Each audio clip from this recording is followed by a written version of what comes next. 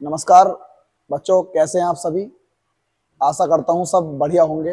देखो, high court के लिए वही जो टेस्ट सीरीज मैंने लगा रखी है 25 क्वेश्चन की, मेनली इंग्लिश की। तो मेरा मानना है कभी कभी क्लास बीच में थोड़ी तबीयत ऐसी हो जाती है तो वो absent लग जाती है, लेकिन मैं कोशिश यही करूंगा कि डेली ही आपको क्वेश्चन, ये 25 क्वेश्चनों की टेस्ट सीरीज लगाई जाए। स्पेशल फॉर हाई कोर्ट है। हाई कोर्ट के अलावा और किसी एग्जाम को मेरा मेन मोटिव नहीं है। स्टार्ट करते हैं, समय बिल्कुल खराब नहीं करना है। 25 क्वेश्चन है, कोशिश यही रहेगी कि 25 मिनट से पहले हो जाए। पहला क्वेश्चन क्या कहता है बेटा, आपको select the grammatically correct sentence. जो ग्रामेटिकली करेक्ट है ना, आपको उसे सही करना है। हो सकता है कि इसमें 3 सेंटेंस जो हो वो गलत हो। और ये आपका जो एग्जाम में आया हुआ है, ये एसएससी का CHSL का एग्जाम हुआ था बेटा। ये 11/8/2023 को वहां का क्वेश्चन है। और क्वेश्चन वो पूछ लेता है, आप आराम से क्या नाम है चीजों को कर सकते हो। अब स्टार्ट करते हैं। आपको ग्रामेटिकली करेक्ट सेंटेंस बताना है। तो देखो, पहले वाले में मैंने कहा ही एट, उसने खाया। कोई मेन वर्ब कैसे होती है, इसका आंसर एडजेक्टिव नहीं दे सकता, बल्कि कौन देता है, यहां एडवर्ब होना चाहिए था। अगर आप ग्रेडिली करते तो बढ़िया था, वरना इसके अलावा आंसर नहीं होता, क्योंकि कोई भी मेन वर्ब हो उसका आंसर एडवर्ब से दिया जाता है। चलो ठीक हो गया ये तो। ये आपका गलत है, इसमें सही नहीं है। फिर मैंने कहा आई कुड नॉट फाइंड, एक बार इसे गैप कर लेते हैं, जरा नीचे वाला देख लेते हैं। I have not got none, अरे ये कैसा हो गया, हैव में नॉट लगा रखा है और नन भी आ गया, ये तो सुपरफ्लुअस हो गया। ऐसे कभी कैसे आ सकता है, हैव और नॉट एक साथ कैसे आ जाएंगे भाई। नन भी निगेटिव है और नॉट भी निगेटिव है। तीसरी बात, ही इज मच वीक। अगर डिग्री आपकी पॉजिटिव है तो पॉजिटिव डिग्री से पहले मच नहीं बल्कि किसका यूज करते हैं, वेरी का। अगर मैं कहूं आपसे आई कुड नॉट फाइंड, कोई सी भी मॉडल है और मॉडल के बाद हमेशा मेन वर्ब की फर्स्ट फॉर्म आती है, चेक कर लो, फाइंड फर्स्ट फॉर्म है। I could not find it anywhere, मैंने उसे कहीं नहीं देखा। अगर आपने बी वाला लगाया है तो बढ़िया है, इसके अलावा कोई सा भी सेंटेंस सही नहीं था। आगे चलते हैं, क्वेश्चन नंबर दूसरा। समय बिल्कुल खराब नहीं करना है, क्योंकि सत्र बड़ा इंपॉर्टेंट है।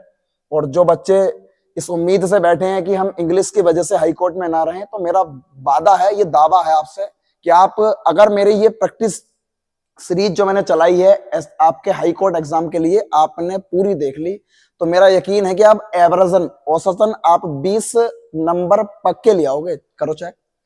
अब है यहां पर बेटा, इसमें एरर ढूंढनी है। देखो, सब मेरा मानना है कि प्रीवियस ईयर में बार बार क्यों कहता हूं, क्योंकि ये क्वेश्चन पूछे जाते हैं। अब पूछे जाते हैं तो आसान तो बहुत है, लेकिन लगाना बड़ा जरूरी है। ही स्पीक्स प्लीजेंटली, बड़ा ही शांत स्वभाव या बड़ा ही अच्छी तरीके से बोलता है।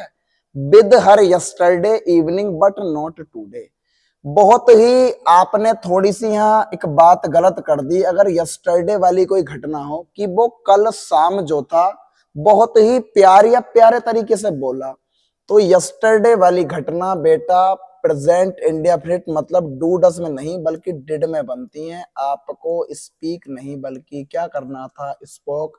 अगर लगाई है पहले पार्ट में तो बढ़िया है, वरना इसके अलावा किसी पार्ट में एरर नहीं। आगे बढ़ते हैं, सत्र ज्यादा लंबा नहीं खींचेंगे बिल्कुल भी, समय बहुत ज्यादा जरूरी है। मैं चाहता हूं कि आपके 20 या 25 मिनट से ज्यादा समय इसमें ना लगे, क्योंकि आप और भी मैथ, जीएस और हिंदी पे अपना समय दें। मैंने कहा फिर वहां एक आपके एरर दी है, the news is very good to be true. News इतनी अच्छी थी कि सच मानो। और मैंने एक चीज बताई थी कि अभी क्लास जब जो बच्चा पढ़ता है बेटा, इस टू का जोड़ा जो मैं मिलाता हूं, या तो ये टू टू से मिलाता जोड़ा और अगला काम नहीं हो सकता, अगला काम नहीं हो सकता, निगेटिव सेंस देगा। और अगर मैं जोड़ा एनएफ के साथ मिलाऊं तो सिंपल सी बात है कि अगला काम हो सकता है, अगला काम हो सकता है अगर एनएफ के साथ है। और अगर यहां टू के साथ है, टू के बाद वर्ब की फर्स्ट फॉर्म होगी, टू के साथ वर्ब की फर्स्ट फॉर्म होगी। तो एनएफ है तो अगला काम हो सकता है, और टू का जोड़ा है तो अगला काम नहीं हो सकता। पहली बात तो बेरी ने आकर मामला खराब कर दिया। अगर मैं एनफ लगा भी दूं तो एनफ की खासियत होती है या एनफ एक शर्त रखता है कि एनफ नाउन से तो पहले आता है लेकिन एडजेक्टिव के बाद आता है। यहां पर मामला ग्रामेटिकली ये गलत हो गया। अब बात करता हूं कि अगर मैं टू का जोड़ा टू से मिला दूं तो सेंटेंस बिल्कुल ठीक हो जाएगा कि अगला काम नहीं हो सकता। न्यूज इतनी अच्छी थी, न्यूज इतनी अच्छी थी कि उसे सच नहीं माना जा रहा था। पता नहीं ये क्या हो गया। अगर लगाया है आपने वेरी गुड वाले में एरर, मतलब कि यहाँ टू गुड कर दो। The news is too good to be true. News इतनी अच्छी थी कि सच नहीं माना जा रहा था, कोई विश्वास ही नहीं कर रहा था उस पर। आगे चलो, जल्दी से चलते हैं आगे। यहां पर सेशन ज्यादा लंबा नहीं करेंगे। क्वेश्चन नंबर 4 का जरा देखता हूं कौन लगा रहा है। ये आपको मात्र 2 सेकंड, अगर आप रिकॉर्डेड भी देख रहे हो तो आप 2 सेकंड में आपको दे रहा हूं, जरा अपने मन में लगा लो answer. The boy is cleverest of all the in the class.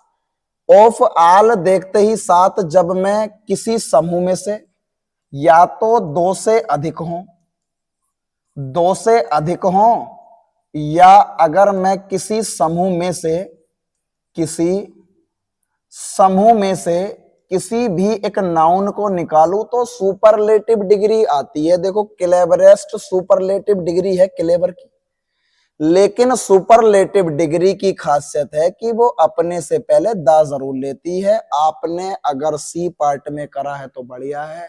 This boy is the cleverest of all in the class. Question number 5 पर चलते हैं। देखो सब बेटा प्रीवियस ईयर है, मैं बार बार नहीं बोलूंगा कि ये प्रीवियस ईयर है, आप देखते रहो। सब दिख रहा है, CHSL CPO। Select the sentence that has a grammatical error. अब इस सेंटेंस को पहचानो जिसमें ग्रामेटिकल एरर है।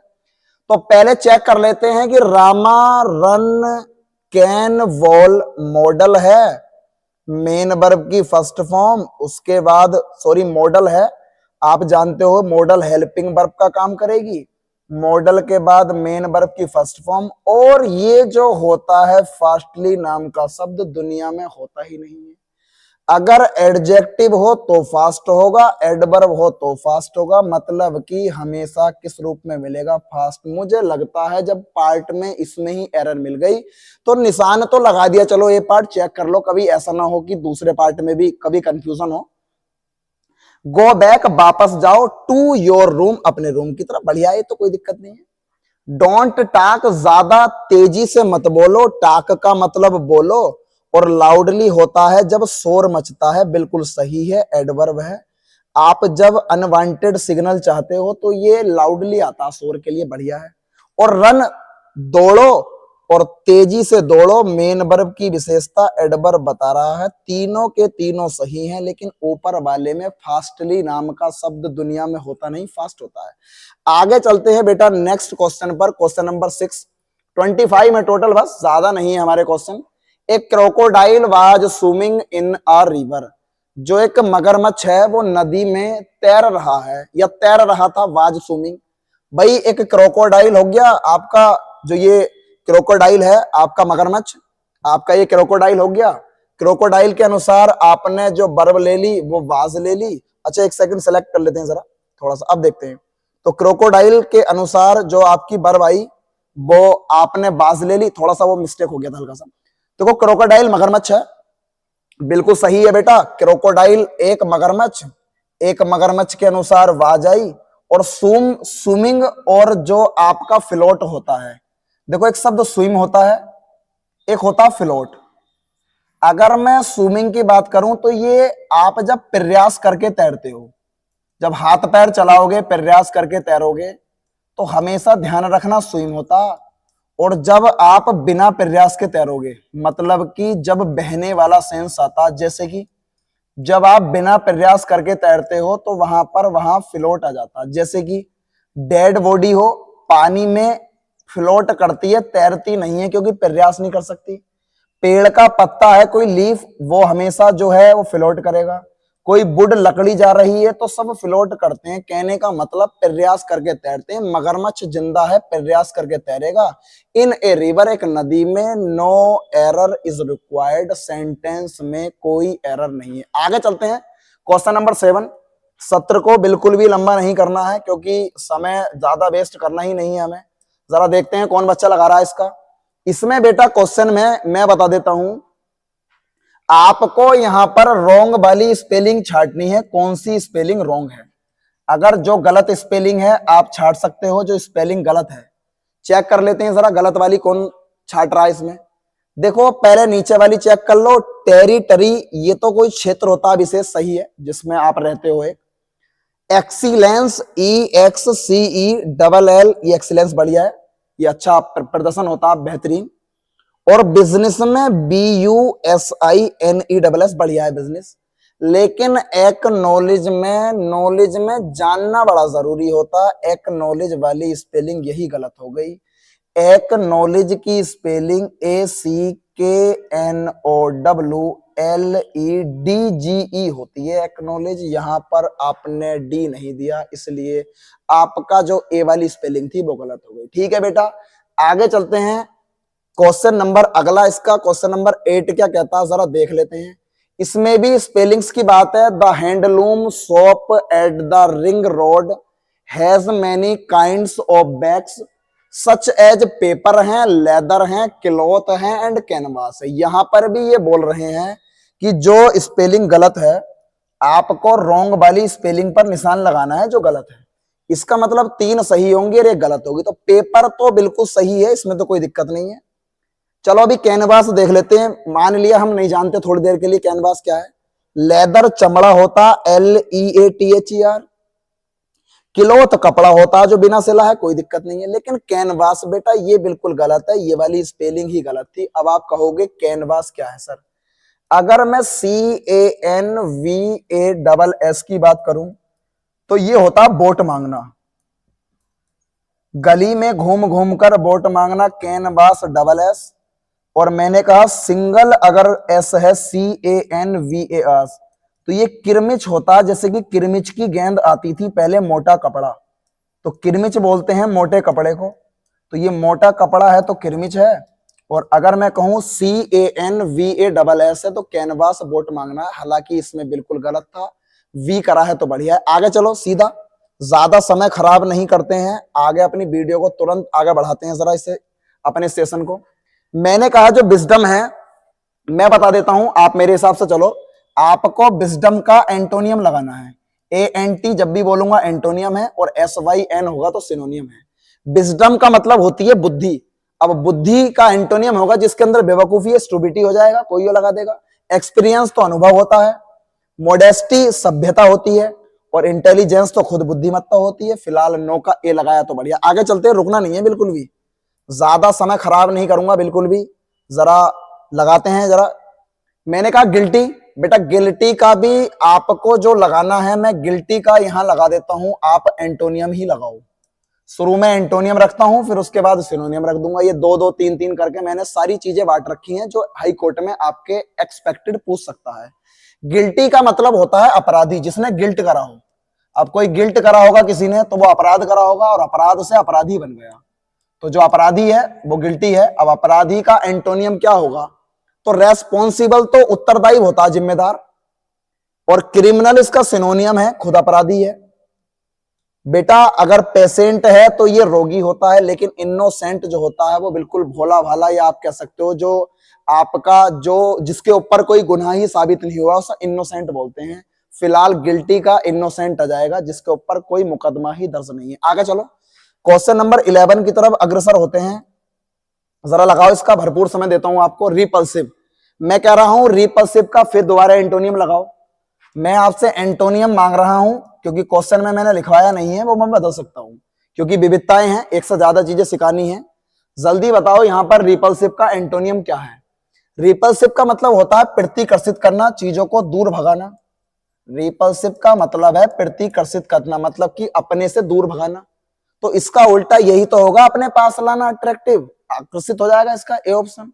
रिलेएबल तो आप करते हो, विश्वसनीय होता है ये। अगर डिस्गस्टिंग करूं तो ये तो बहुत ज्यादा घिनौना सा हो जाता, घृणास्पद हो जाता। और यूनिफॉर्म तो एकता होती है जो एक जैसा है। फिलहाल रिपल्सिव का एंटोनियम अट्रैक्टिव होगा, रिलेएबल होता विश्वसनीय, ये नहीं होगा। डिस्गस्टिंग घिनौना या घृणा के योग्य, और यूनिफॉर्म तो एक जैसा होता है, फिलहाल ये नहीं है, अट्रैक्टिव लगाओ 11 का ए। क्वेश्चन नंबर अगर मैं बात करूं 12, बिल्कुल सेशन बहुत जल्दी निपटाना है। 12 में फ्रेजिल, जो फ्रेजाइल है इसका मैं आपसे काम कर दूं। आपके चलो मैंने बहुत एंटोनियम पूछ लिए, आपके बेटा आप इसका सिनोनियम बता दो। चलो सिनोनियम का मतलब है समानार्थी। चीजें मैंने इसलिए नहीं लिखवाई आगे क्योंकि मुझे बदलनी थी। बताओ जरा, मैं चाहता तो इसका एंटोनियम भी पूछ सकता था। फ्रेजाइल का मतलब है क्षण भंगुर, जो चीज क्षण में ही भंगुर हो जाए वो होती है क्षण भंगुर। मतलब कमजोर, मतलब आसानी से टूटने वाली, ये होती है आपकी फ्रेजाइल। अब फ्रेजाइल का सिनोनियम ये ब्रिटल हो जाएगा, ये भी होता है क्षण भंगुर। लेकिन अगर एंटोनियम पूछता तो स्टर्डी हो जाता। एंटोनियम ये होता है बहुत सख्त या कठोर। अनकैम्प्ड गंदा होता है और इंटेंस अत्यधिक या गहन होता है। लेकिन आंसर फ्रेजाइल का सिनोनियम ब्रिटल है। आगे चलते हैं, क्वेश्चन नंबर जो 13 है वो क्या कहता है। इसमें वाइट द बुलेट, बुलेट मान लिया जो बंदूक की गोली है उसको चाट रहे हो आप। मतलब अब ऐसी स्थिति आ गई कि आपको बंदूक तो नहीं मिल रही लेकिन हाँ गोली चाटने मिल रही है। तो ऐसी अवश्य संभावी स्थिति जिसे आप पहले से टाल रहे थे लेकिन वो आपको करनी पड़ जाए, डिसाइड टू डू इनएविटेबल, जो चीज अवश्य संभावी है, जो चीज होनी है आप उसे टाल रहे हो।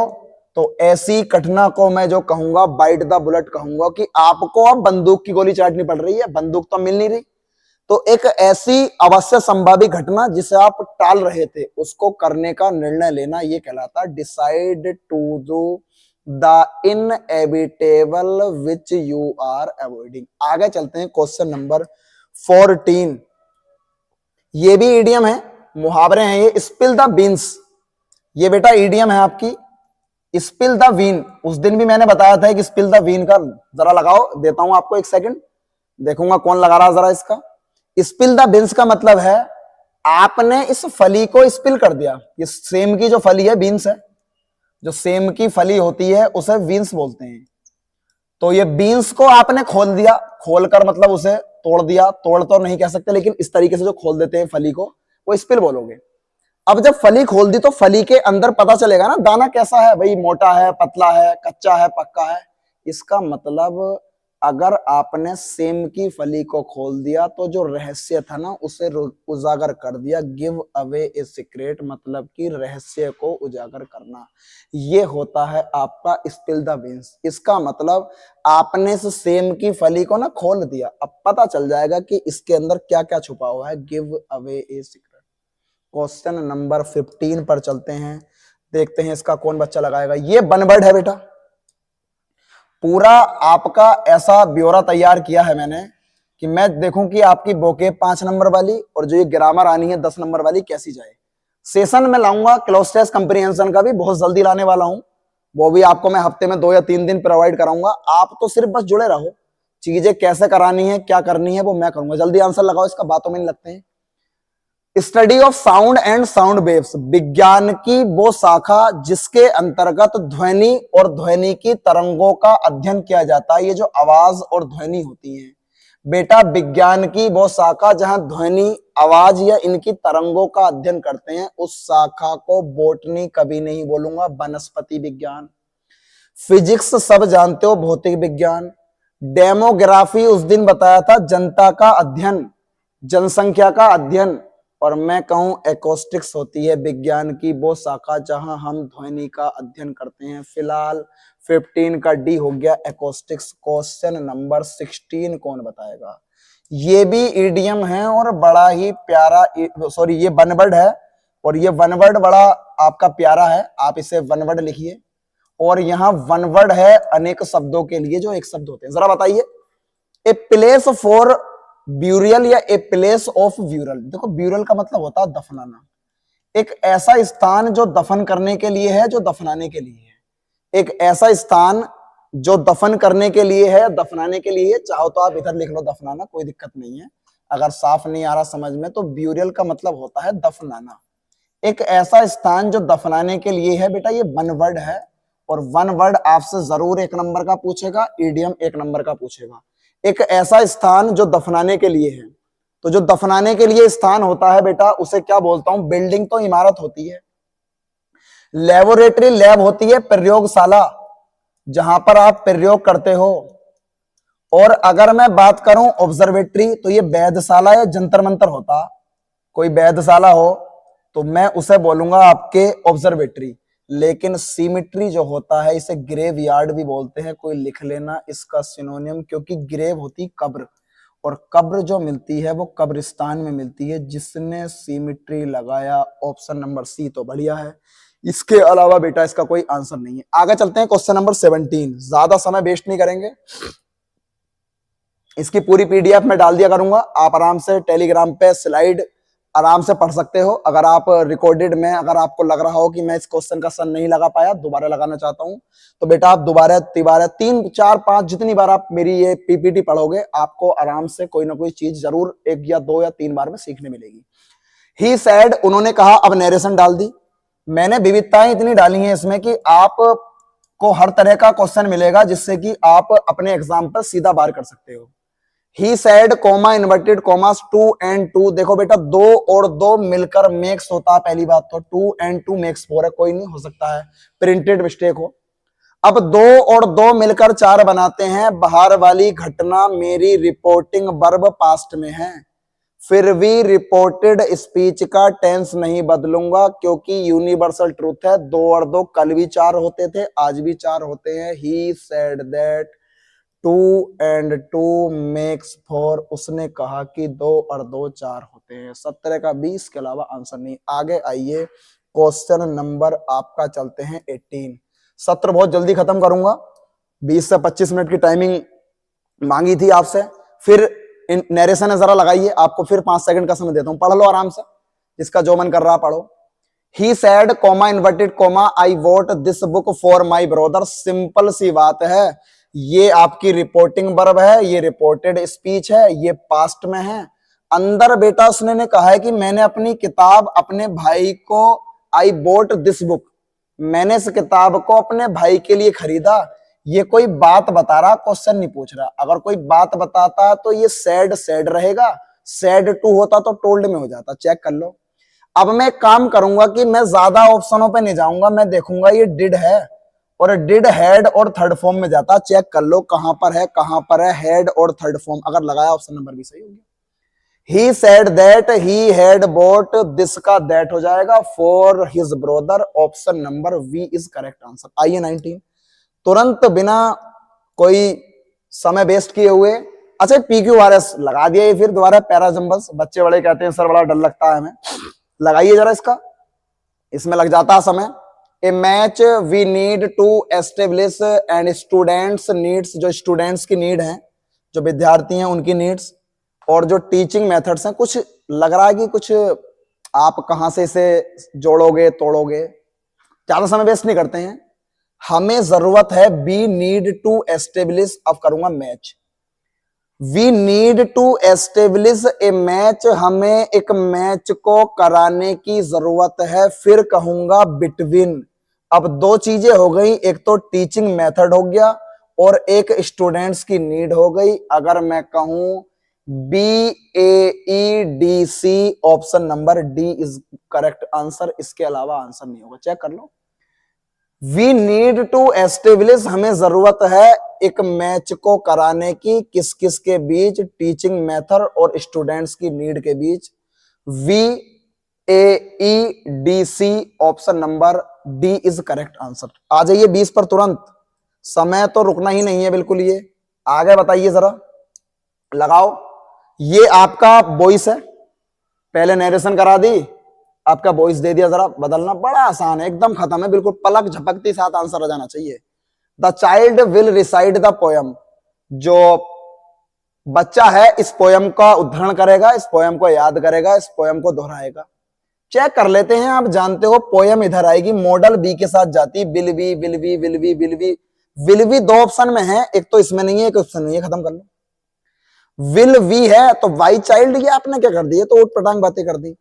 The poem will be recited by the child, option number B is correct answer. इसके अलावा क्या आंसर है? आगा आइए तुरंत, क्वेश्चन नंबर 21 क्या कहता है जरा, फिर यहाँ दूसरा मैंने एक वॉइस और रखा है, देखता हूं कौन बच्चा लगाता है।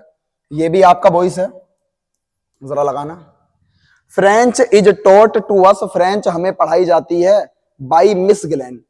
अब देखो, एक 100 बातों की एक बात बता दूं, अगर आपको बिल्कुल समय खराब नहीं करना, ऑप्शन में चेक कर लो इज टॉट मतलब कि ये डू या डज हुआ होगा, तभी तो इज एम आर के साथ जाती है। और आप जानते हो ये मिस गिलेन के नाम से ऑप्शन आ रहा बार बार, तो मिस गिलेन कोई व्यक्ति है, इनके अनुसार डज आएगा। देख लो, मिस गिलेन टीच नहीं, टीचेस अस फ्रेंच।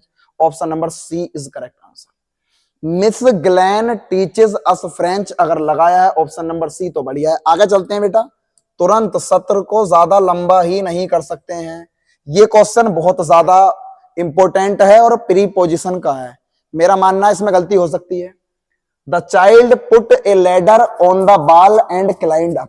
अब देखो, ऐसा करा बच्चे ने, मान लिया ये दीवार है, लेडर होती है सीढ़ी, बच्चे ने दीवार पर सीढ़ी रखी और वो ऊपर चढ़ गया, दीवार के ऊपर सीढ़ी रखी। अब बताओ, ये दीवार है, कभी ऑन आ सकता है? इस दीवार पर ऐसे चिपका दोगे क्या सीढ़ी? कभी नहीं हो सकता। ओवर का मतलब ये दीवार है, इसके ऊपर लटका दोगे कैसे? आप जानते हो, अगर मैं अबव तो एरिया से होता जो लेवल होता है, जैसे एपीएल अबव पॉवर्टी लेवल और बीपीएल बिलो पॉवर्टी लेवल। अगर मैं करूं, जब आप दीवार पर सीढ़ी लगाते हो ना, तो वो उसके खिलाफ प्रेशर करती है और अगेंस्ट द बॉल ही लगानी पड़ेगी, क्योंकि जब तक दीवार के खिलाफ नहीं लगाओगे, दीवार की टक्कर पे नहीं लगाओगे, जब तक सीढ़ी रुक नहीं सकती। Against the ball, option number D is correct answer. तो the child put a ladder, उसने एक सीढ़ी को उठाया और दीवार के विपरीत रख दिया, अगेंस्ट, एंड क्लाइम्ड अप, ऊपर चढ़ गया। Option number D is correct answer. आगे आइए, क्वेश्चन नंबर 23 क्या कहता है, जरा देखो, ये बड़ा प्यारा क्वेश्चन है। He turned a deaf ear on the advises. Simple सी बात है, एडवाइजेस कुछ नहीं होता, ये तो खत्म है बिल्कुल, यहां तो इंप्रूवमेंट होना ही है। अब अगर मैं इसका रिप्लेसमेंट देखूं तो बेटा देखो, ये भी नहीं हो सकता, ये भी नहीं हो सकता। नो इंप्रूवमेंट तो तब होता जब एडवाइजेस ना होता। अब लड़ाई चलनी है भाई साहब, एडवाइस तो इसमें भी है और एडवाइस इसमें भी है, क्योंकि एडवाइस अनकाउंटेबल नाउन होता है। एस नहीं लगा सकते कभी भी, ना एन लगा सकते, बड़ी दुविधा में फंसे। तो एक पूरी फिक्स होती है, टर्न ए डीफ, और ये जो दे रखा आपका ईयर, और ये हो जाता है टू सम वन एक्शन, कोई भी हो, अगर सम वंस एक्शन, अगर किसी का कोई भी एक्शन है उसे हम नजरअंदाज करें। डी फीवर का मतलब होता है बहरे कान कर देना।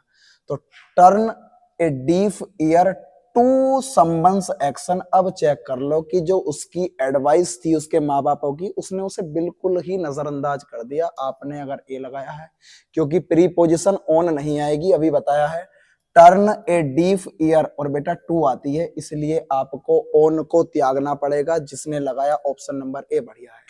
तो he turned a deaf ear to the advice of his parents हो जाएगा। Option number A is correct answer. आगे चलिए, क्वेश्चन नंबर सेकंड लास्ट आता है 24। जरा बताइए, ये तो बिल्कुल खत्म है पलक झपकते ही साथ। Can you advise to me on this matter? क्या आप इस मैटर पर मुझे सलाह दे सकते हो? आपको लगाना है, अभी बताया था कि दुनिया की कोई सी भी मॉडल हो, उसके बाद मेन वर्ब की फर्स्ट फॉर्म चाहिए, और ये मेन वर्ब की फर्स्ट फॉर्म नहीं है एडवाइस, बल्कि क्या है, नाउन। दुनिया की कोई सी भी मॉडल हो, उसके बाद मेन वर्ब की फर्स्ट फॉर्म आती है। अब ये वाला एडवाइस तो नाउन है, चेक कर लेते हैं। एक एडवाइस होता है ये तो नाउन है, इसका मतलब तो सलाह होती है। लेकिन एक एडवाइस की बात करता हूं, ADVI, और ये एस वाली जो एडवाइस है, ये सलाह देना होता है। और अगर मैं मॉडल के बाद लगाऊं तो नाउन नहीं, बल्कि मुझे चाहिए वर्ब। अगर आपने एडवाइस, अब चेक कर लेते हैं, एडवाइजिंग नहीं हो रहा, नो इंप्रूवमेंट नहीं हो रहा। अब फिर फंस गए कि भाई क्या लगाएं, एडवाइस टू लगाएं या एडवाइस लगाएं। सिंपल सी बात है, एडवाइस हो बेटा, आस्क हो, आपके पास टोल्ड हो, अगर ये कोई सी भी मेन वर्ब है ना, इसके बाद कभी भी टू नाम की प्रीपोजिशन नहीं आती। सैड टू का टोल्ड हो जाता है, सैड टू का आस्क्ड हो जाता है, सैड टू का एडवाइस हो जाता है। इसलिए अगर आपने लगाया है can you advise me on this matter, क्या आप मुझे इस मैटर पर एडवाइस दे सकते हो, option number A is correct answer. Question number last, समय नहीं खराब करना, लास्ट क्वेश्चन है, जरा कोई मुझे बताए इसका आंसर क्या आएगा। सो और सच का बड़ा प्यारा केस है, एडजेक्टिव का क्वेश्चन है ये, एडजेक्टिव भी आपके टॉपिक में है, एडजेक्टिव से क्वेश्चन पूछा गया है ये, एडजेक्टिव और एडवर्ब इनसे क्वेश्चन उठा लेता है। जरा देख लेते हैं कौन इसे लगा रहा है, एडवर्ब का क्वेश्चन है ये, बताएगा जरा कोई इसका क्या आंसर है। मैंने कहा सी was so tall to reach the top shelf, वह इतनी लंबी है कि उस टॉप वाले शेफ पर पहुंच सकती है।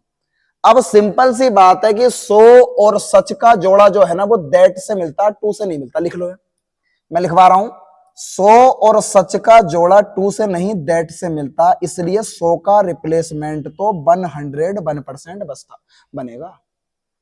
अब अगर मैं कहूं आपसे अगर टू से जोड़ा मिलाना है तो या तो वो टू और टू का मिलता है, या बेटा जोड़ा मिलता है सच का नहीं, या जोड़ा मिलता है आपका, अभी बताया था अगर मुझे जोड़ा मिलाना है तो फिर जो जोड़ा मिलेगा वो एनएफ का मिलता है। किसका मिलता है, एनएफ का मिलेगा। चेक कर लेते हैं जरा। अब बताओ टू और टू अगर मिलता है तो अगला काम नहीं हो सकता, अगला काम नहीं हो सकता। और अगर मैं एनएफ को टू के साथ मिला दूं वर्ब की फर्स्ट फॉर्म के, तो अगला काम हो सकता है, अगला काम हो सकता है।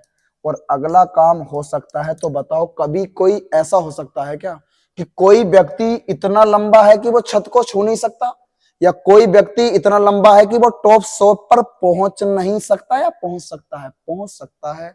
इसलिए सो खत्म, नो इंप्रूवमेंट खत्म। अब बताओ टू का जोड़ा तो निगेटिव आता, आप जानते हो कोई व्यक्ति इतना लंबा है कि वो टॉप शेफ पर नहीं पहुंच सकता, इसका मतलब ये भी गलत। और आप जानते हो टाल एक एडजेक्टिव होता है, और एनएफ की खासियत होती है कि नाउन से पहले लेकिन एडजेक्टिव के बाद। Option number D is correct answer, इसके अलावा कोई आंसर नहीं है। She was tall enough to reach the top shelf, वह पर्याप्त लंबी है टॉप शेप पर पहुंचने के लिए। टू वाला गलत इसलिए हुआ, कभी ऐसा हो नहीं सकता कि कोई व्यक्ति लंबा हो और बताओ टॉप शेप पर ना पहुंचे, इसलिए नेगेटिव अर्थ देता। लेकिन एनएफ के साथ टू का अर्थ हमेशा पॉजिटिव आएगा, अगला काम हो सकता है। सो और सच अगर जोड़ा मिलाएंगे तो बेटा किससे मिलाते हैं, दैट से, इसलिए आंसर आपका आएगा she was tall enough to reach the top shelf. फिलहाल ये सेशन खत्म होता है यहाँ हमारा।